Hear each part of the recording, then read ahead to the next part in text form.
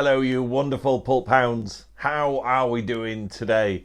Sorry it's a bit late, but better late than never. So, as you've probably gathered from the thumbnail and the title of the video, I'm going to be wittering on about things I've read over the past few weeks. Some you've probably seen in like, oh look, I've got some books type videos, and then I've actually got round to reading them. So my to be read pile is very odd. There's no order or sequence to it, and if I've ordered a book that arrives, say I've finished my previous book that morning and the postman plops one on the mat, I'm probably going to start that because I'll open the envelope and sit down and go, oh, this looks good, and that's it. So the sequence and the order doesn't really work. So first on the pile, in no particular order, is the sixth Sabbath book by Guy N. Smith, Sabbath the Return. It was good. Sabbath settled down a little bit and doesn't appear quite as... his libido seems to have been tamed slightly, which isn't a disappointment, but it was always a constant source of amusement. I think it was the third book by page 2. A gentleman was already proud. It was like, Guy, mate, just crack on with the occult story fun bit. We don't need to know who's got a bulbous Thomas. So, it was an alright end to the series. I don't feel like it's an end to the series. I would have liked Guy N. Smith to have carried on, but unfortunately with him passing away, that was an end to the Sabbath books. I think the original 4 are probably the best, but there'll be more news on Sabbath at some point in the near future, so I'll not bang on about it. Next up was The Weird by Adam G. Neville, Adam L. G. Neville as he is now. This is great. I absolutely loved this. It's published by Ritual Limited. I think that's Adam Neville's own publishing company. I think he does it all himself now. And it's like a book of short stories. There's 1, 2, 3, 4, 5, 6, 7 short stories, and then a little kind of essay by Adam Neville about where these stories came from. Calling them stories isn't wholly accurate. They are like the horror fiction version of ambient soundscapes. They're like mood pieces, like prose. There isn't like a driven narrative. You know, sometimes you read a short story and there isn't room for characterization, so short stories become a format to deliver the narrative, whereas a novel, sometimes you get into the characters a bit more. This is, just like mood pieces. But Adam Neville being a brilliant author, I genuinely love his stuff. He's one of the few authors to start freaking me out a little bit, like genuinely while I've been reading his books. They're just unpleasant and weird and slightly disturbing short pieces. Very interesting. Not something I sat and read in one sitting, I must say. They're short enough to have a cup of tea. Like if you got an afternoon off and it's like, right, time for a brew, have one of these stories because they're great. But like I said, not like a strong structured narrative yarn. Next up is I got it at Christmas. It's 30 Hours with a Corpse by, well, I'm northern, so I would say Maurice Level, but I'm sure because he's French, it's Maurice Level or some such pronunciation. So for those of you who don't know, Maurice Level wrote in the 20s and 30s and wrote for the Grand Guignol Theatre in Paris. If you don't know what the Grand Guignol Theatre is, look it up because it's this amazing horror theatre show. Like, yeah, these are awesome. This has become one of my new favourite books of all time, and it's what I will go back to when I've got my to be read pile down a little bit, which never happens, does it? We never do. But it's one I will go back to. It's a whole load of short stories from there was one volume of Maurice Level's stories published, so there's, I think, all of them from there, and then a couple of magazine magazine stories. They're not really supernatural. They're bleak and unpleasant. They're about murder, death, insanity, suicide. You get restricted if you say it sometimes on YouTube. It's just a collection of nihilistic misery. This is published by it's Dover, compiled by St. Joshi, or Street Joshi as I like to call him. And yeah, it's brilliant. I absolutely loved this. I wasn't sure what to expect going in, but yeah, that lack of supernatural stuff and mysticism and all that kind of stuff, it's just such a nice refreshing change just to read about depravity and misery and horrible demises. Nobody's nice in any of these stories. Everybody gets what they deserve and thoroughly deserves it. Like, it's just splendidly bleak. Absolutely loved that. As a complete aside from the horror and brutality of Maurice Level, I read 2 Bottles of Relish by Lord Dunsany. So this is all the Mr. Linley and Mr. Smethers stories, starting with the eponymously the 2 Bottles of Relish, which is really odd because in the introduction by I'm not sure who by. Oh, Ellery Queen. It's from the 1948 edition. 2 Bottles of Relish. Dunsany wrote 2 Bottles of Relish because he was fed up with people wanting death and murder over his gentle fantasy stories, and came up with this story that was like, right, I'll give him something horrible. And nobody published it because everyone was so nauseated. They'd obviously never come across Maurice Level. If you're nauseated, get stuck into that. Yeah, I really like these stories. I haven't got a collection of his kind of crime and mystery stories, or I didn't have till I bought this one. This is a lovely hardback, published by Collins, part of the Collins Crime Club. You can get it really cheap. Some are a little bit predictable, kind of right from the get-go. If you've read much crime, I haven't read a lot of crime. I read bits and bobs of crime from time to time. Some of them are a little bit predictable, the method of execution and that. But Dunsany had such a lovely way with words. And of course, it's got the 2 bottles of Num Numo on the front. Another one that I've been dipping in and out of and finished is And Midnight Never Come by Hugh and Richard Lamb. So this is an anthology that was started by the titan of anthologies, Hugh Lamb, and then completed by his son Richard Lamb. It's published by, I think this edition, it's Kingsbrook Publishing, and I'm not sure if that's something to do with the estate of Hugh Lamb. They're all available on the website. Is it hughlamb.com? I'll put a link in the description. Very, very good. A really enjoyable selection of kind of Victorian, Edwardian horror stories, ghost and horror stories.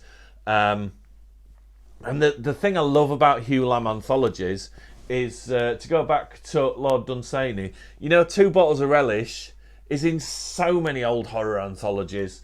The stuff that he finds and tracks down, it's fairly unusual and quite hard to find anyway. So they're always worth getting. And this was an absolutely charming anthology. Lovely cover as well.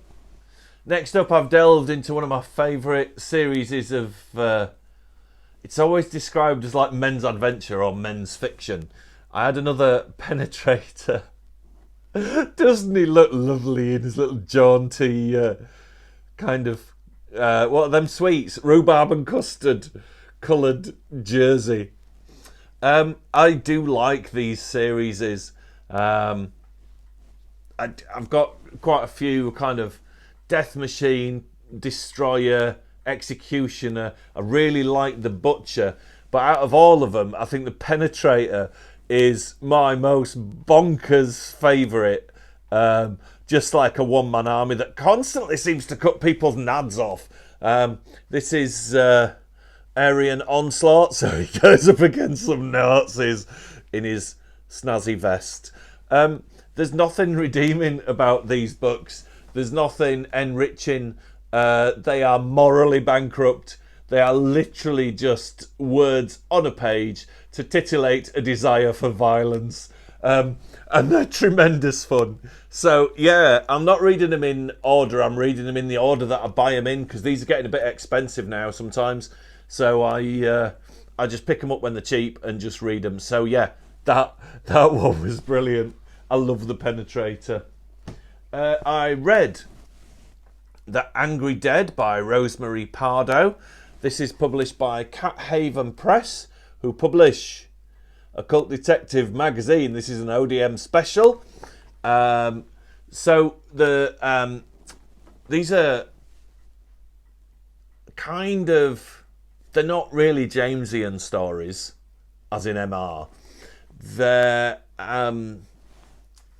but you can see links, because they're all about Jane Bradshaw, who restores antiquities in churches and stuff. And while she's there working alone, it's never really at night. It's mainly... One thing I love about this is it's not like dark and somewhere an owl hooted.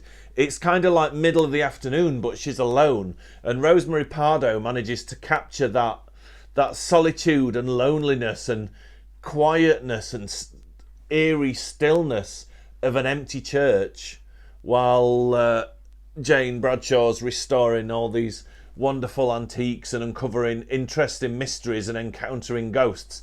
Very much spooky ghost stories. Tremendous fun. I think this is available on Amazon if you fancy it.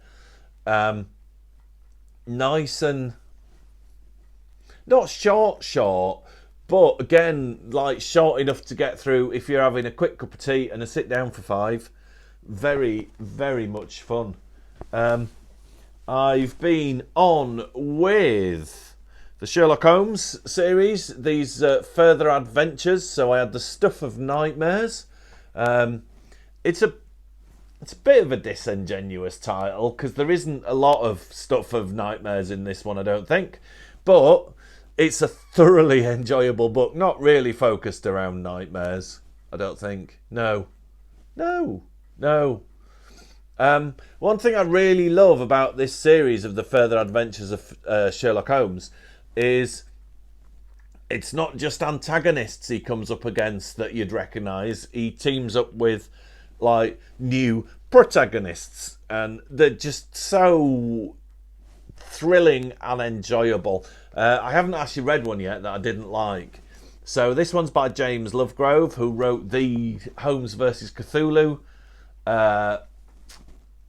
case books. That's it. Holmes vs. Cthulhu was Lewis Gresh, which I'm on with. But yeah, that absolutely tremendous fun. And second hand, these are dirt cheap. I don't think they're ever going to be collector's items. But second hand on second hand book websites, they're like literally like $2.50 including postage kind of thing. So thoroughly enjoyed that. And then I went back to one I have read before that was given to me by a friend of mine, and reread The Breath of God, because it's my favourite further adventures of Sherlock Holmes book, and the first one I read.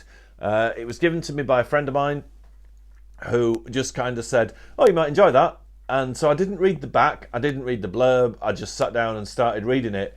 And if I had read the blurb, I would have been aware that Sherlock's right. I love Arthur Conan Doyle's work. I love the Sherlock Holmes stories. But Sherlock Holmes can be a bit of a dick at times. So when he hooks up with John Silence from the Algernon Blackwood stories, they don't get along. Holmes is like, that bloke's a bit of a wanker. And thankfully, Guy Adams, who wrote this one, Holmes isn't there a lot of the time. It's more about Watson. And regular viewers of my channel will know how much I want to share a ploughman's lunch in the King's Head with John Watson and have a natter with him about his adventures and his wounds. Oh, I got like a bit of a literary crush on Watson. I just think he's wonderful. So Watson and John Silence get along. Then up pops Thomas Carnacki, the ghost finder from the William Hope Hodgson stories. This isn't really spoilers. This is all kind of on the blurb on the back. And then they're joined by Julian Carswell from M.R. James's story Casting the Runes, and I guess the movie Night of the Demon, which is wonderful. And they, it's still kind of out of their remit, this mysterious Breath of God. That's what the book's called, Breath of God by Guy Adams. It's out of their remit of experience. So they enlist the help of Aleister Crowley. It's just brilliant. Just throw everything in, Guy. It works. Just hurl everything in there. It's absolutely glorious. I love these Sherlock Holmes books because they throw in characters and also antagonists like Dr. Moreau. They throw all sorts of kind of cultural, fictional references from a period in fiction that I really, really love. So it's these guys never get, and ladies never get kind of reevaluated or reimagined or put back into fiction. It's just reissues of like John Silence and Carnacki the Ghost Finder and M.R. James stories. But to have them interacting with Holmes and Watson, Holmes isn't very fond of any of them. He's a right miserable sod. But it's just tremendous, and they're all kind of a romp. And like I've said before in the Holmes versus Cthulhu video I did, if you're a Holmes purist, if you just want the that kind of style of the original stories, these novels maybe aren't for you, but they are like just a romp. They're rip-roaring fun. It does feel like you're reading something gloriously pulpy, but without kind of the sex and violence of modern pulps. Like, you know, it's not Guy N. Smith type stuff. It's it feels a bit more refined, but also, I don't know what the word is, not vacuous. It's they're just thoroughly enjoyable to read. I guess it is like candy floss. It tastes nice and it's exciting, but ultimately it doesn't satisfy you in any nourishing way. They're just thoroughly enjoyable to get through.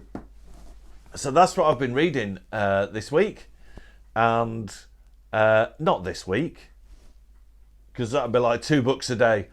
Over the past few weeks, there's probably another couple that I've forgotten. I have been reading some of the small press magazines, just dipping in and out, but I think that needs to be a separate video at some point. In the meantime, you lovely lot, thank you for watching, and I will see you splendid folks in the next video.